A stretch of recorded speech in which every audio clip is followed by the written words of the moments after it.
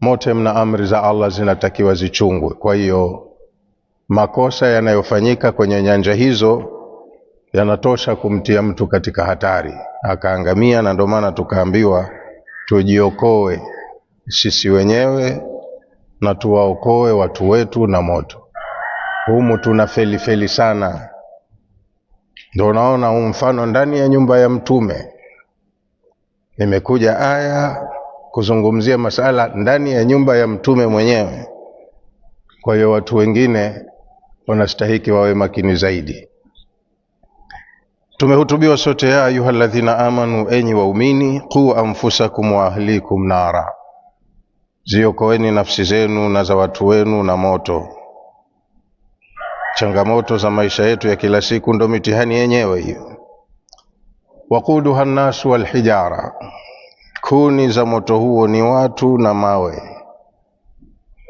mawe special ya baruti ambayo yakiingizwa humo ndo yanazidisha kasi ya moto, na mawe mengine ni yale ambayo yalifanywa miungu, walioabudia na miungu yao hiyo watatiwa nayo pamoja motoni.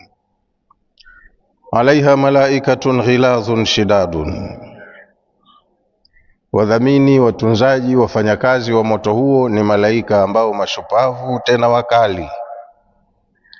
La yasuna Allah ma amarahum, hawamuasi Allah kwenye anayowaamrisha.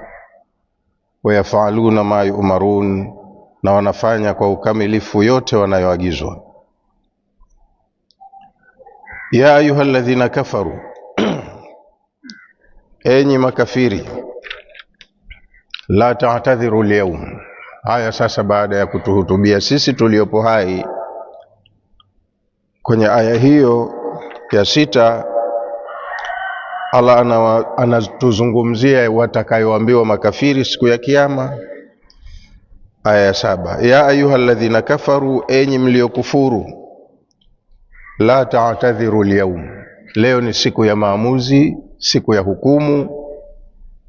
Hamtakiwi mjitetee, kwa sababu vielelezo, mazingira ya kosa, ushahidi, kila kitu vimekamilika. La ta'tadhiru al-yawm, leo msihudhurishe dharura zenu za utetezi. Kila kitu kimekamilika katika nafasi yake. Innama tujzauna ma kuntum ta'malun, si vinginevyo ila leo munalipwa yale ambayo duniani mlikuwa mnafanya. Kile ulichokiandaa huko ndo kipo hapa, unalipwa leo. Wataambiwa hivyo makafiri.